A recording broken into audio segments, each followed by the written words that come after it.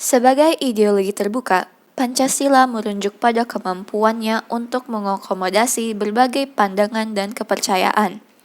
Ini artinya, Pancasila memberikan kerangka yang luas untuk membangun negara yang inklusif dan menghormati keragaman dalam berbagai aspek kehidupan masyarakat. Meskipun Pancasila memiliki fondasi yang kokoh, konsep terbuka memungkinkan adanya dialog dan diskusi terus-menerus dalam menerapkan prinsip-prinsip ini dalam konteks yang selalu berkembang. Penting untuk diingat bahwa interpretasi dan penerapan Pancasila dapat berbeda-beda dari satu individu atau kelompok ke individu atau kelompok lainnya, tergantung pada perspektif dan konteks sosial, politik yang ada. Saling tolong-menolong mengacu pada semangat gotong royong, solidaritas, dan kerjasama antar individu dan masyarakat dalam rangka mencapai tujuan bersama dan membantu sesama.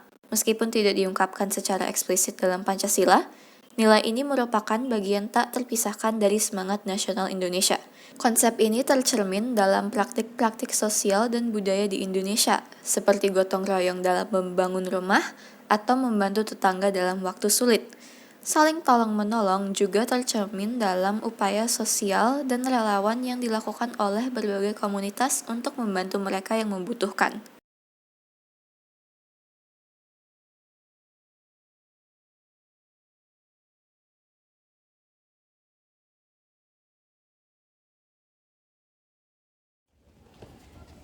Nih bukunya. Oke, Kalau udah selesai taruh di meja gue aja ya. oke, siap. Makasih ya, Riko. Nilai-nilai Pancasila memiliki relevansi yang kuat dalam pengembangan produk lokal, baik dalam konteks bisnis maupun budaya. Penerapan nilai-nilai Pancasila dalam produk lokal dapat memberikan manfaat besar bagi masyarakat Indonesia, mempromosikan pembangunan yang berkelanjutan, dan menjaga keberlanjutan budaya dan lingkungan. Hal ini juga dapat memperkuat identitas nasional Indonesia dan meningkatkan daya saing produk lokal di pasar global.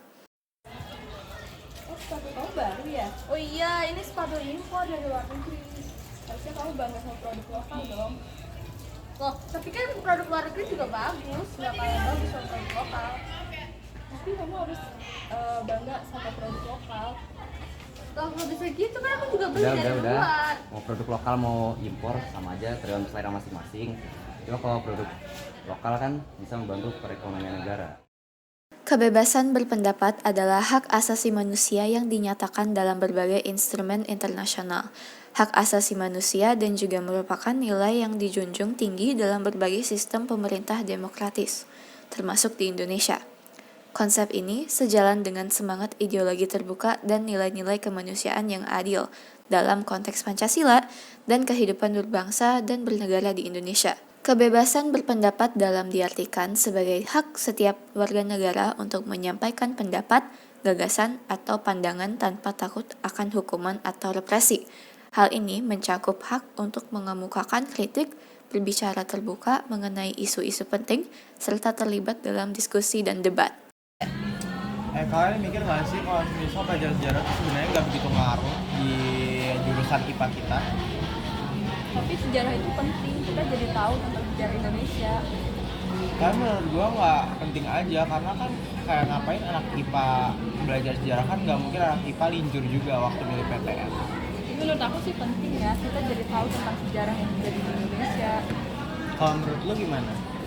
Ya sih penting ya, karena kita itu nggak bisa melupakan sejarah. Kita jadi punya itu narasi sejarah.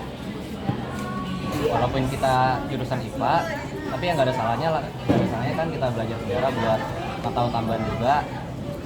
Seperti kata Pak Soekarno, jas merah jangan sekali-sekali melupakan sejarah.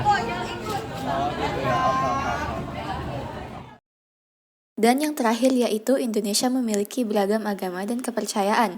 Pancasila sebagai ideologi terbuka memastikan bahwa warga negara memiliki kebebasan untuk menjalankan agama atau kepercayaan mereka tanpa diskriminasi. Negara menjaga keharmonisan antara berbagai komunitas agama dengan memastikan kebebasan beribadah dan melindungi hak-hak agama minoritas.